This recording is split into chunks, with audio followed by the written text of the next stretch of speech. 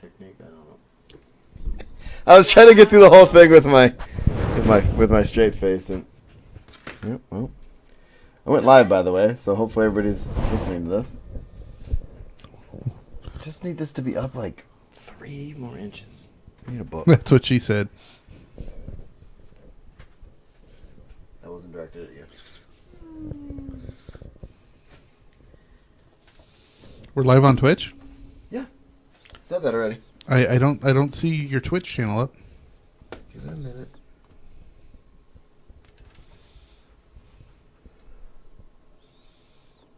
I need it to be down more.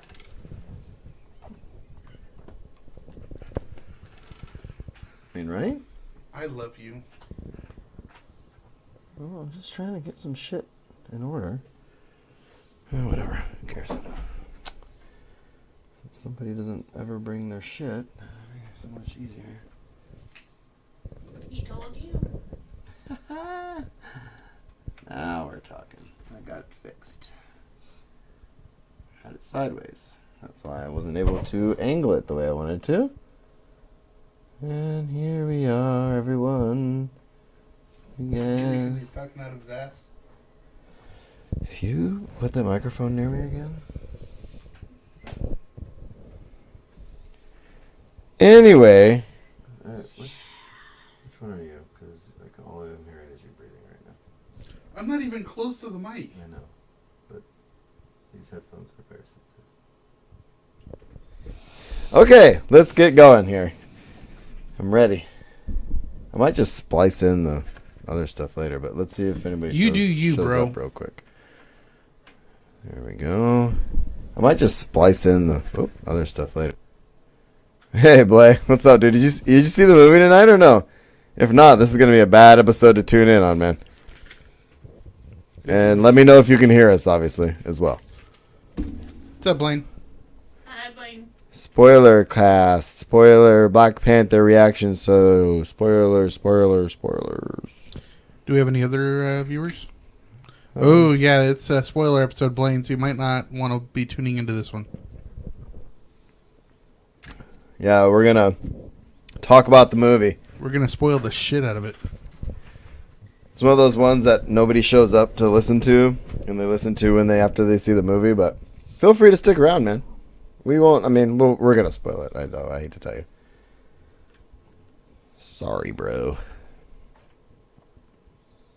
All right, buddy. Well, thanks for watching later. Have a good week off, man. Cool. Just like I thought. Nobody's going to be here. Okay, let's get rolling here. Wow. Should I do the, what you call it, or just splice it in later? You do what you want to do.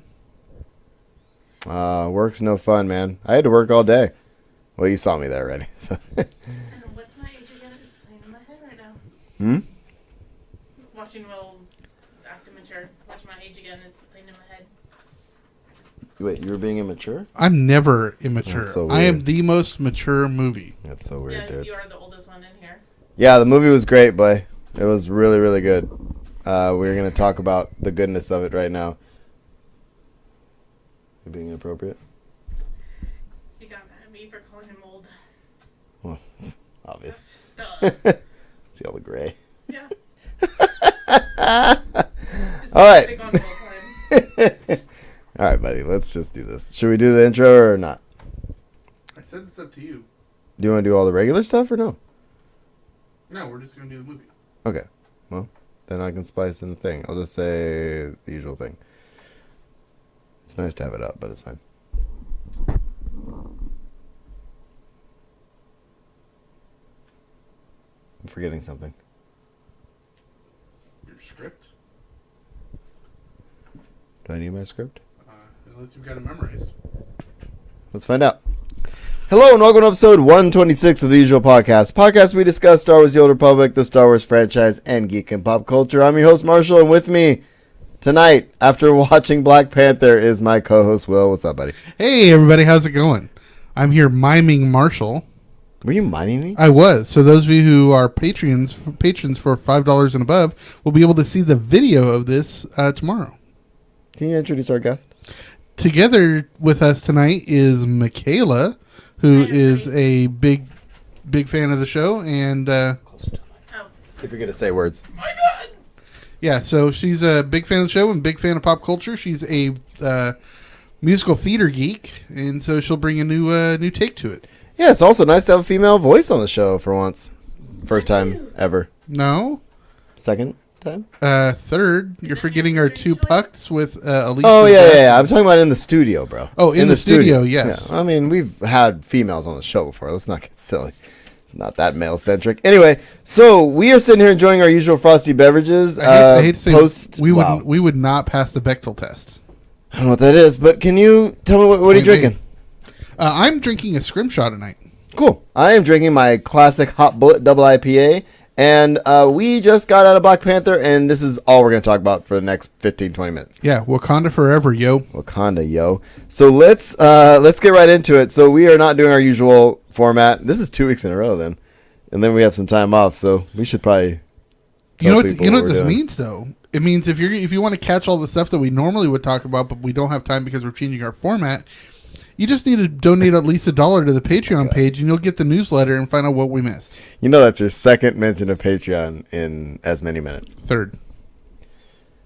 I think they're tired of hearing about how to support us. Let's talk about the damn movie, dude. So we went and saw Black Panther tonight, and it was something. It was glorious. It was quite amazing. So, how do we want to do this?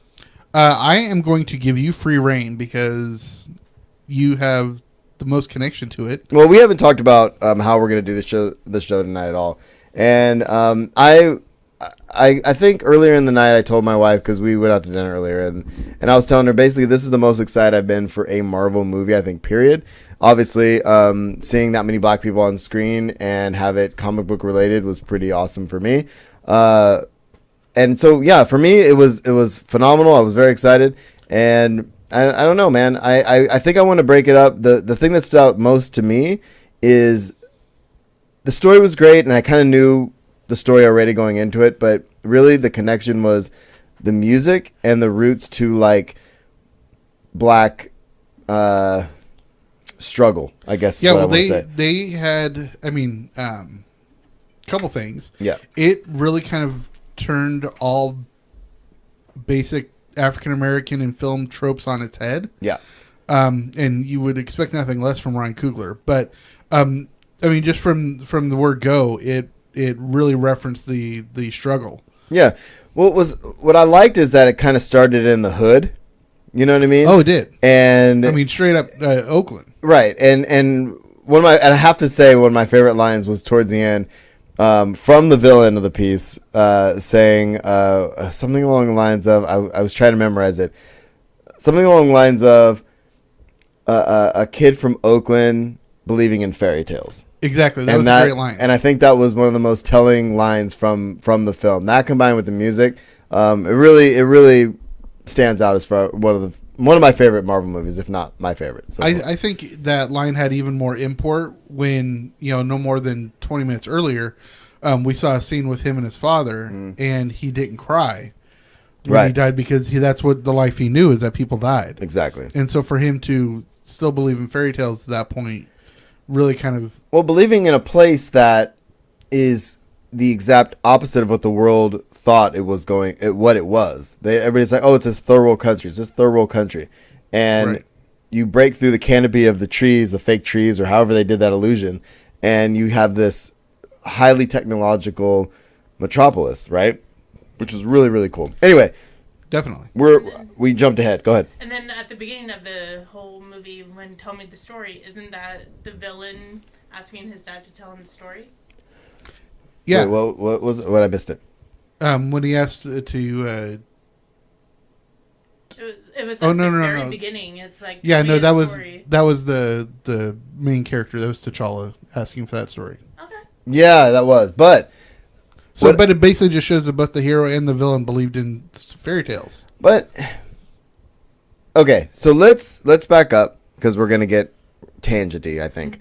Us tangenty? Yeah, No yeah, way. yeah. So let's break it down a bit. So let's start the beginning of the film. So we have the beginning of the movie. Basically, we already knew where this started because it's post Civil War.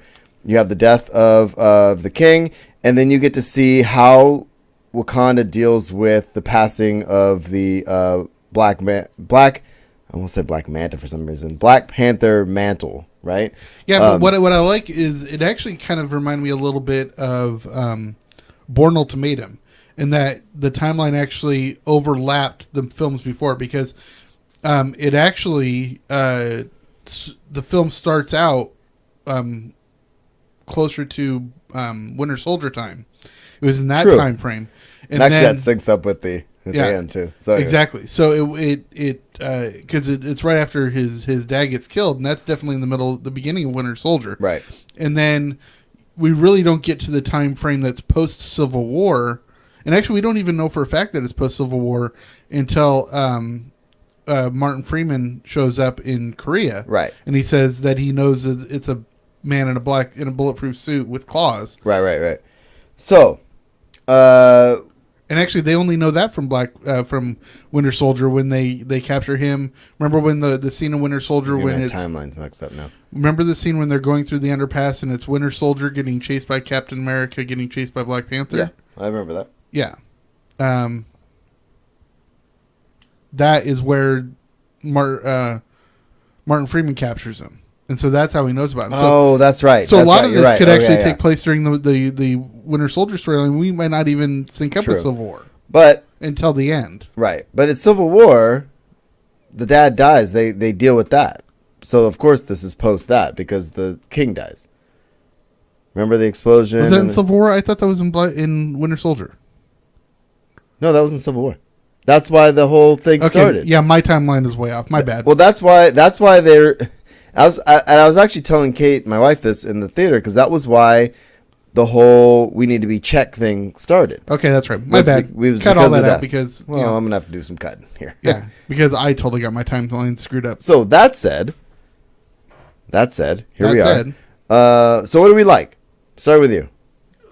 Liked about the movie? Yes, we're starting in generalities now because our timelines are fucked up. Well, sorry. I'm of course, being the girl, I really loved all the women power and the fact that there was a scene where two lovers were gonna fight each other, and she's I'd kill you, I don't care, without hesitation, for Wakanda, badass. Right? And that was and what that was one of the things actually at the end that my wife said too, and I wish she would actually sit down with us one time and talk about this stuff, but she said the exact same thing. She's like, I like that the best warriors were women, and that basically the society was run and thrived on the ingenuity and the even warrior prowess of the women, right? Except it was led by one or two dudes, you know what I mean? And the guys kind of they didn't have a back seat necessarily, but in the society well, the tech creator person was the princess, right? Mm-hmm. And then you have the general was a woman, and you have the elders, women, the healers are women, right? You know what I'm saying? Well, but that shows that of the four tribes that are represented in the council sort of thing, two of them were women. And so that just shows that, they're the heads of their tribe. So that, if they felt like they could challenge the throne, they had that option. Right. And I think that speaks to basically the fact that, okay, so we have this society. There were 5 tribes. They all figured out they're all living in this place, but all of the gender stuff fell aside with the advancement of technology. Exactly. Right? Which is important. It became a supreme meritocracy. Exactly. So what did you like, dude? What was your a couple things? I know you have a short list. Yeah, well, straight up, the music was fantastic, and I've got to give it up to Kendrick Lamar. His work on the soundtrack was that phenomenal. Him? Okay, yeah, he did a lot of the composition, and he had the big singles. So that was phenomenal. The tribal and on the music the mix of modern music with the tribal beats and the percussion, especially when they're doing the challenges and you have everybody up in the deals and they're moving and they're chanting, and there's and going back to what we were saying about this technology advancement, and then they come back to okay, how do we advance our king? Well, we strip everything away and they fight. Yeah, well, that's what I love about it is that, leave aside the technology, they still kept to their roots where, they still walk through open air markets and Right. they had their traditional like colors and all that stuff, which I really enjoyed. And I love that the traditional garb was, I guess not recommissioned, but adjusted to the technology. So in the end, you see like they have. I'm like, why are they running out there with blankets on? Right. Well, one of the tribes they turn into they shields. had their cloaks and they turn into badass, shields. Yeah, it's so freaking cool. The part that I got loudest is when he jumps over the shield wall. So bad. And actually, I feel bad. I kicked Ruby's chair in front of me. Oh, she's fine. She'll be all right.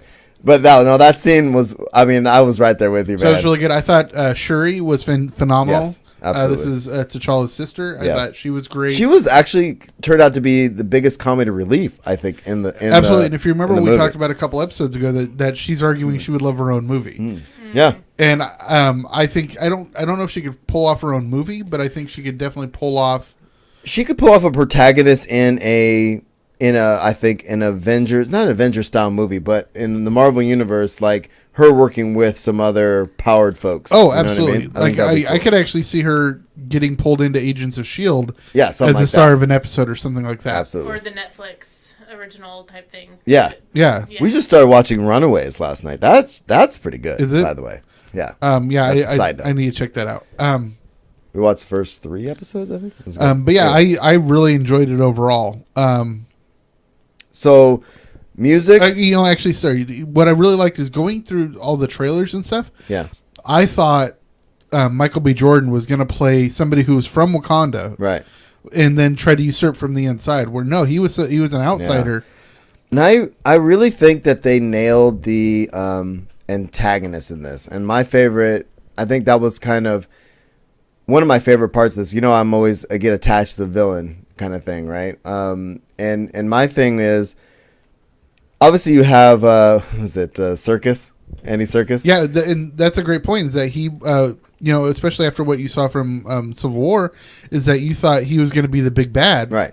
And he was all right for a while. Yeah, but he was more of a henchman. Yeah, and so that storyline plays out, and then. But anyway, the villain, I think, was played really well. And the fact that he was abandoned in America, I think is huge. I think that is, it basically puts somebody from a technologically advanced, I guess, people, and puts them basically in a black neighborhood, poverty-stricken in Oakland, and has to come up from that somehow. And of course, he's attached to what was left behind, right? And what's left behind is what he's chasing. And you sympathize with him a little bit. But at the same time, something's wrong with him. Oh, absolutely. You definitely sympathize with him. But I think that's what makes a good villain, for sure. But what I love about it is when he reveals himself to Wakanda, the only person to actually know who he is Martin Freeman, the CIA guy, right. Because he was trained in America. He's like, oh, that guy. Oh, yeah, we trained him. He's I know all about him.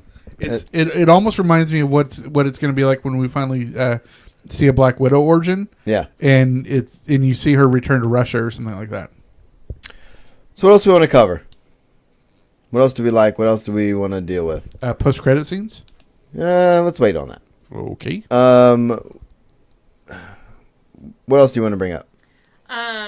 Well, it's just like they did a really strong women cast, and I love the costumes. Yeah. Like with the stuff that Justice League was getting with Amazon Women and Wonder Woman, like they portrayed the women well in this one with our costumes as well. Yeah. It was feminine, but it was also like badass, and they were covered. Yeah, well, not only that, but it was great. Like when they were in Korea, and she couldn't wait to get the wig off. I was just gonna say, that was awesome. The comedy behind that scene was amazing. Like her using it as a weapon at some point. Yeah, she throws it in the guy's face. Is symbolic, beating you over the head, symbolic, right? Like I'm taking this wig off, I'm smacking the face. Yeah, with it. well, in some of the most badass things you see are from the women. I mean, during the car chase scene, I love the scene where she throws the spear through the windows and stops the car down into the ground and stops the car. And then she grabs it and she stabs it into the trunk lid so she can stop herself. Right. And then all of a sudden Shuri shows up and she's in the driver's seat. Because I mean, not Shuri, but Lupita Nyong'o's character. Right. The tech was. I want to talk about the technology now that we're talking about that. Some of the coolest things I think was the almost VR weapon vehicle driving. Actually, I think it's more AR. Yeah, I guess it is AR. So they're sitting in a vehicle and piloting a vehicle somewhere else, and I thought that was, and it was really nice how they wrapped it in with Martin Freeman later. And that's why I love it. You got a little bit of the backstory. I mean, he was just a hey Magic. He was just a no-name CIA guy in Civil War who was just kind of like just there a character filler. It's like, oh well, they got Martin Freeman to do this. That's fantastic. It's kind of a over casting for the job, and then you realize no, because they're setting it up for Black Panther, and you find out he's a badass Air Force pilot. And somebody put early on when that first trailer dropped, when that scene where Martin Freeman is talking to Andy Serkis, and there's that whole Lord of the Rings reference. Yep. I just thought that was kind of funny. So technology was awesome. I really want to watch it again. There was a bunch of things I didn't pick up on, like some of the tech they were using, like the discs and stuff like that. And even the spears, like how she was. So it was basically like I couldn't quite figure out how big the original weapon was with the spear. Well, it just seemed like it had the general's character. Yeah, it had a telescoping feature. Well, no, I get it, but I just it was hard to kind of see. Like I can see, you know me, I just like the spheres. The spheres basically, I think, were like rangeless Bluetooth tech that once it connected to anything metal, it was able to. Oh no, I was talking about did I say spheres? I meant the little circle things, the discs. Oh yeah, okay. So the kind of like Tron a little bit. Yeah, very much like the discs in Tron. Yeah, exactly. What else? The city. City was cool, dude. That was. And the only thing I think, and I think we should get to things maybe we didn't like or were kind of iffy with. The only thing that I kind of wanted more of, I think, was how like. You're right. You did get to see the open air markets and stuff like that. But why do they need this vast mass transit system? Like, you didn't get to see, like, the everyday life a little bit of outside of the... Well, you kind of... What you call it? Well, outside of the, I guess, the Citadel royalty sort of thing? Yeah. Well, what you kind of find out is, like, that major city is basically the home of that one tribe, T'Challa's tribe. Right. Because out in the pasture land is where the rhinos were raised. Right. And you saw the gorilla tribe up in the mountains, and you really didn't see the river tribe at all. Which I liked. I really liked that they actually did end up at the other tribe at some point, and I knew that's obviously where T'Challa was going to be. But I wanted to see more. I guess I wanted just more of the tribes, and that's just... For me, just a world building thing. Yeah, well, exactly. I mean, of the 5 tribes, we basically saw 3 of their locations. The one I think we saw a little bit of the River tribe because you can tell they're the one that set up where the ritual fight happens. Right. With the whirlpools and the exactly and all that. Yeah, that. But I thought it would be. I thought it would be a little bit more. I mean, because the gorilla tribe said they found it on the boundary of the riverland. Yeah, and I'm like, why didn't the river people find them or any of that sort of thing? Magic's bringing up a good point that the transit system is only for the mining of the vibranium. I think there's a couple of different transit systems. Okay. I think. I guess I was imagining people on there, and so I'm like, where are they going? Like, is there some sort of like, I don't know, cubicle jobs we're not aware of? Like, are people commuting to work kind of thing? That was just what was in my head. It's stupid, but because obviously they wouldn't need to do that. But you know what I mean? Well, it has an Asian feel to it, like the whole city did, because Japan and Tokyo, that's Japan. Yeah. But I mean, it's a very high tech industry. There, no, definitely. So they definitely would probably put the transit in just to mimic the bullet train and stuff like that. And I really and I liked. It did give it that sci-fi kind of feel, but I like that the tech behind it and that coming into play later, and that was the only reason he was able to beat Homeboy there at the end anyway. So right, and I find it. What I loved is like. Fine, we're not spoiling a whole lot. Anyway, continue. I love how I mean, like we said, it kind of threw tropes on its head. I mean, the first main character to die on screen was actually the white guy. So stuff like that. But what I loved is they made a very big point, and I think this is kind of cool, of showing that Ryan Coogler can show that he's got a deep repertoire of stories that he can pull from, because the way that he was finally able to beat Michael B. Jordan was when you see that his heel goes out of the barrier, right, and that's when he realizes that he's has some power, and it's the exact opposite of Achilles, where that was his weakness. Right. This was the only part that had strength. That was the strength. I like that. And nice. so it's just kind of a mirroring of it, and the black mirroring the Greek system too, and that is Greek was considered the height of Western civilization. This is height of African civilization. And I feel like this is one of those things where I want to see the movie like 3 more times. Oh, absolutely. Because I feel like it's so deep. Like the layers that I think Coogler is hinting at in a lot of these things, and we touched on a few of them already anyway, but again, like there's certain lines in there, like the Oakland believing in fairy tales kind of thing, and I think them going back, and I love the end got to me actually.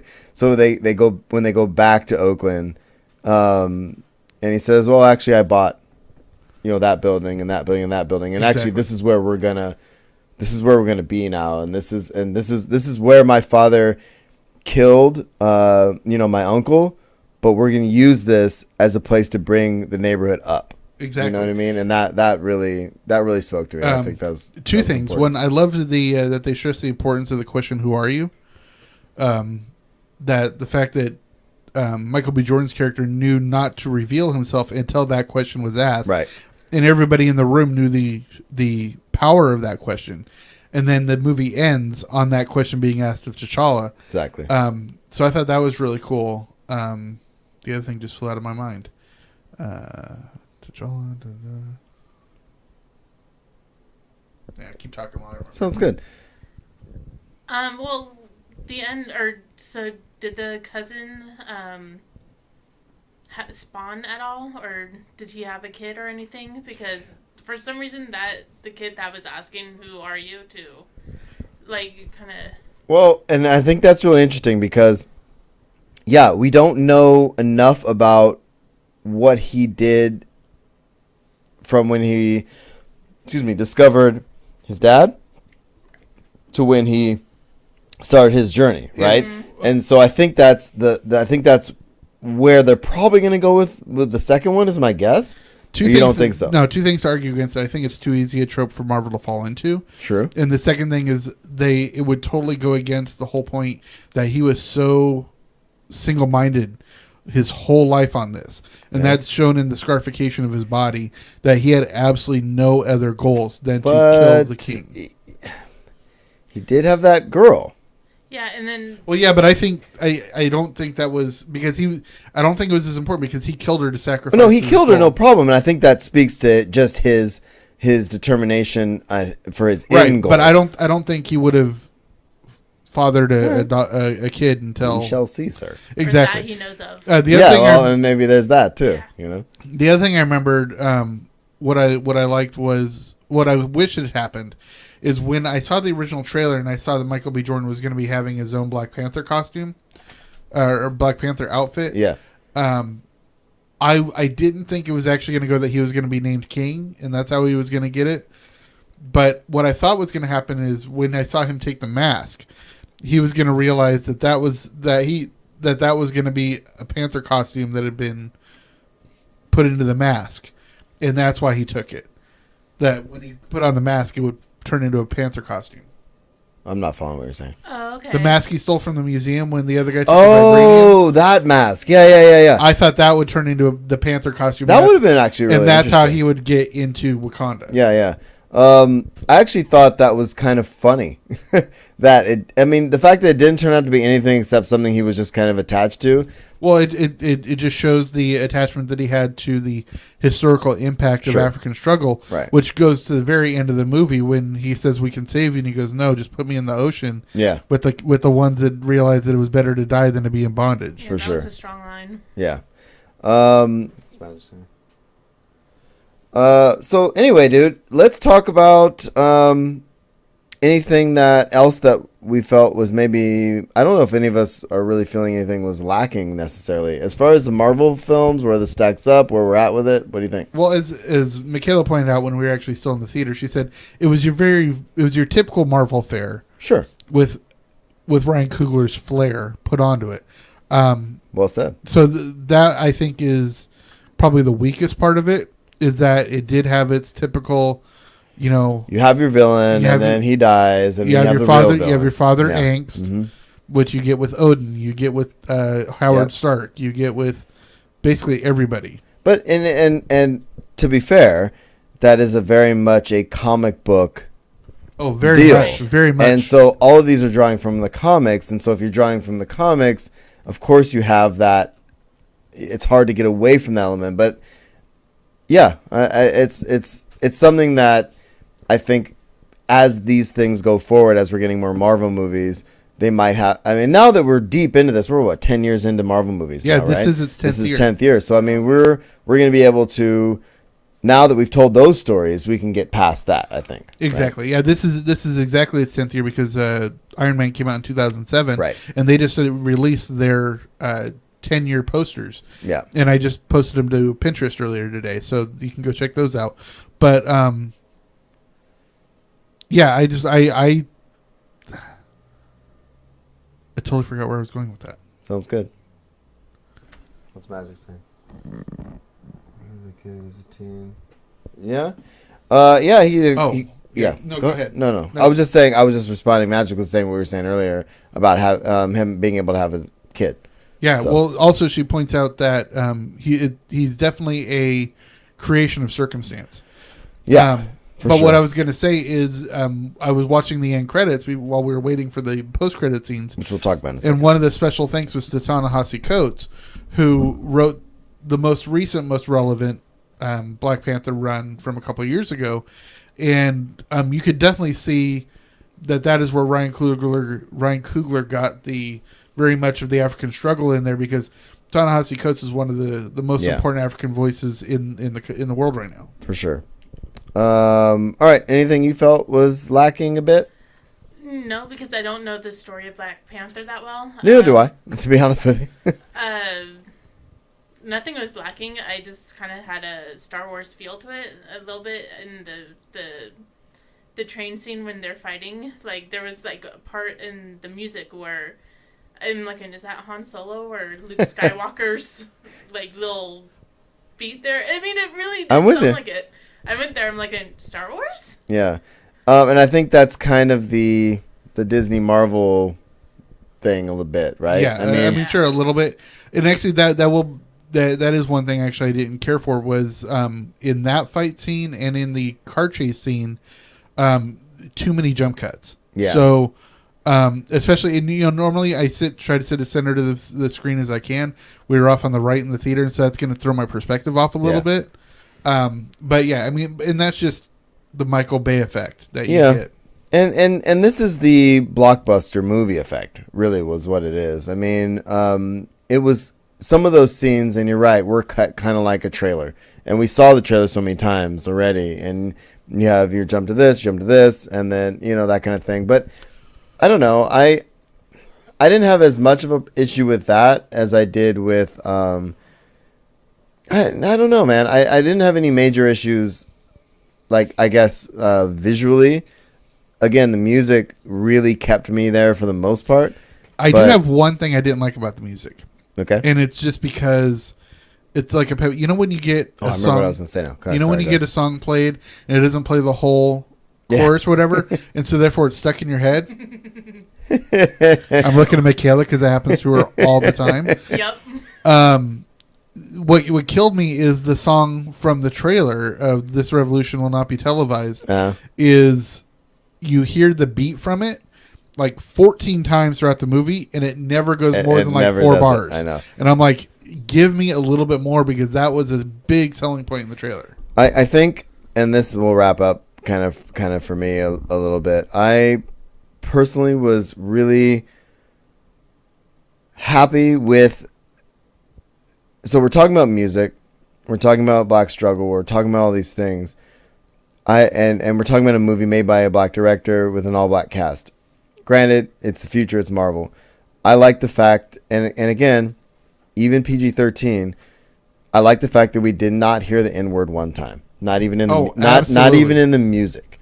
And I know there's so many movies they'll play a track from a hip hop artist or whatever, and and you hear it and like, well, Luke Cage is an example. Exactly, and you hear it in that, and like for me, I don't know, it's not the reason I don't listen to hip hop as much anymore, but I listened to a ton of it in the '90s, and that was a big part of it. But at this point in my life, and I'm going to see a movie like this, I was really kind of wondering if Coogler would allow that, and I'm really glad that he didn't. Yeah, well, I mean, it just shows that you can own the culture without denigrating it. Exactly, and so that for me was like a really something I didn't want to forget to say tonight, and I'm glad I did. And so, the fact that it starts in the hood, ends in the hood, on an upbeat level with trying to bring the neighborhood up without having to go there. I think that for me was a big part of this movie for me. So, kind of speaking to that, and honestly, you can only, you're the only one that has the experience of and being able to talk about this, is that like when my sister went and saw a movie that had prominent gay characters, but it wasn't a gay film. Okay. This is the first movie that I can think of that is a prominent African American cast of all major roles, and it wasn't beholden to stereotypes. And right. I totally give it up to Tyler Perry because he is able to make money and he puts it back into the society and everything like that. But he definitely plays off those stereotypical tropes, very much like the blaxploitation movies of the 70s, right? Or even the typical like rom-coms you get with like Best Man and like Love and Basketball and stuff like that, which are fantastic movies. Totally. But they definitely play off that black life experience of nowadays. Whereas this, it's like, okay, well, these characters, they're African, so you have that. Right. But it doesn't, like, play down to that. Right. And the fact that it stays in Africa and it stays tribal and it stays at its roots, but at the same time, it's saying, all right, well, here we are now, right? But we're still able to embrace this without having to deal with the stereotypes and all this other stuff. And this is actually really where it goes back to the where we talked about how Marvel, and it's the typical Marvel tropes of, the father figure and all that stuff. Well, it just shows that actually that plays in all societies. Exactly. Yeah. All right, man. So I'm not catching what Magic said, but she was just referencing the fact that they had to change the origin of vibranium a little bit, right. And the fact that in the comics originally only the royal family knew who was Black Panther. I got it. Not the whole, not everybody and their mothers. Right. Yeah, I got you. Anything else we're missing, dude? Let's talk about the post-credit scenes. Yeah, let's do that. There were two. There was two, and what was the middle one? I forgot now. I'm only thinking of the last one now. The middle one was when he was talking to the United Nations. That's right. And so I actually... And the question was, well, what do you have to offer us? And I feel like it was kind of a long, very... Okay, so here's it was a long setup to that question. And here's my interpretation of it. The political climate right now, I think that was necessary. Like, yes. We're sitting here, we're listening to all this rhetoric from politicians and our government right now and the United Nations or whatever you want to say. But there's a lot of talking, a lot of dry, and it was not a very exciting speech. And he's standing up there and he's saying it. And I was like, boy, this is kind of a boring little deal he's got going. And it was all for that one question. Yes. Right? But that question speaks volumes. What can your country give to us? Exactly. Because that's all the politicians really care about. Exactly. And so I thought that was a really... although very dry sort of deal, it was dry on purpose with a purpose. You know what I mean? Exactly. So dry with a purpose. That's a weird thing that's the weirdest thing I've said in a while. Last one. Anything on the middle one? No. You guys nailed it. The last one was brilliant. There's a couple things I loved about it. First of all, it all centered around the Winter Soldier. Yeah. And what is with the no arm thing in this movie? Like the no bionic arm. Very Star Wars.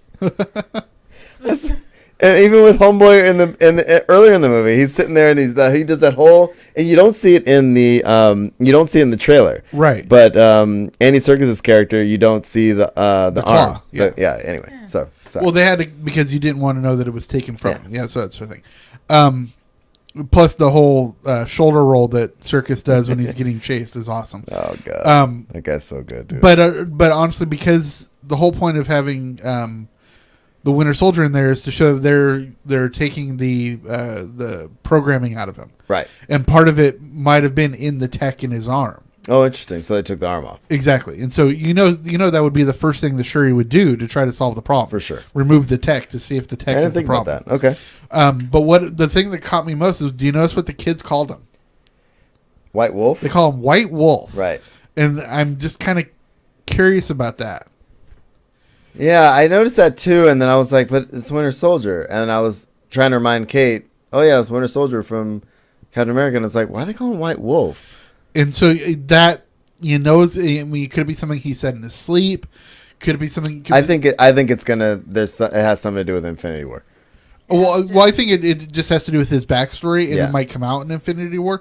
I think it would be awesome if they just didn't even mention it in Infinity War, and it's like hidden for a couple of movies, and then finally when we get the Black Widow movie, because that, or in the next Captain America. well, movie, possibly, sure. but Yeah. you know that he's going to show up in the Black Widow movie, because when you get a younger Black Widow being trained in Russia, Right. and he was in the Eastern Europe theater for decades. There's also the question too: is he going to pick up the Captain America mantle if he falls in Infinity War? Too? In the comics, he is the next one to pick up the mantle. No, I know, but I'm saying, is that what they're trying to? kind of and Bucky Barnes, Sebastian Stan has come out and said that he would like to do that. Of course, so has Falcon. And he plays it too in the comics too, right? Anthony Mack. Yeah. He also actually. And the funny thing is even Haley Atwell, right, who plays Peggy Carter, has come out and said she's the most recent one before Captain got it back. But yeah, all three of those have actually taken up the mantle. Closing thoughts. For all that we said about it's very Marvel-ness. Yeah. It was so brand new in so many things, and I loved it. Agreed. I need to watch the Civil War. I've never seen the movie. Oh, you haven't seen Civil War? Oh, yeah, you're totally missing out on stuff. Civil War is amazing. Out, like, a lot about that. And the lead up to that. Well, what I love is you actually said that you like the Ant-Man and the Wasp trailer. Yeah. And that references Civil War heavily. Oh, yeah. Okay, I'm going to have to watch Civil War. And what I like, actually, what got me more excited about this movie than I would have been is the fact that part of the origin story from this movie comes from Civil War. The fact that you see his father die, you see the response that that T'Challa has. You don't see any of the Wakanda stuff, but you see his immediate response to his father's death from Civil War and how that plays out in that storyline. And the fact that you come to this movie and you see all of the other stuff that's going on as well. It really brings the whole thing kind of together. So absolutely. But yeah, man, for me, this movie was exactly what I wanted. It is what I feel like I've always wanted out of a big blockbuster movie. People that, I don't know, look like me all over the screen, and it was really, really freaking cool to see. Very cool. Yep. So, all right, man, let's get out of here. I think that's all there is to say. We're not gonna do our usual closing stuff. You're not sure if you like it. Hank Pym's. All right, you have to get over Hank Pym because that's already a movie ago. Thanks for that, Magic. That was funny. All right, man. Although I do have to say that Jana Van Dyne is going to be in Ant-Man and the Wasp. I mean, the original Wasp, because she's played by. Oh right. What's her name? Is that Kate Beckinsale? No. No. It's that's that's Evangeline Lilly, who plays the modern I know what Wasp, you're but the saying. mom. We're never going to Michelle remember Pfeiffer? She's Catwoman. No. Just kidding. So thanks for tuning in to The Usual Podcast. If you have comments or questions, you can find us at theusualpodcast.com. Email us at theusualpodcast@gmail.com. And we're on Facebook, Google+, Pinterest, Instagram, Twitch, and YouTube. Find us on the interwebs. I am at Darth Pops on Twitter. Will is at Admiral Griggs. He's going to say something, but I'm going to keep going. And support the show, patreon.com/usualpodcast. Lots of ways to support us and give us $1 or $2 an episode. You get lots of cool stuff. And that's about it, my friend. And you're going to say a thing. I just wanted to confirm that it is Michelle Pfeiffer. It is playing Michelle Janet Pfeiffer. Van Dyne. And I also want to say, have a fun. Oh, by the gods. Have a fun. See Black Panther. We'll see you all next week. Peace. Oh, yeah, we should have. Yeah, we blew it. Ow. That's your fault. Fracker. Oh, you turn that off in my ear. It hurts so bad. Oh, I'm hurt. Magic, thanks for being there, dude. Are you going to be at WOG tomorrow? Maybe. Yes?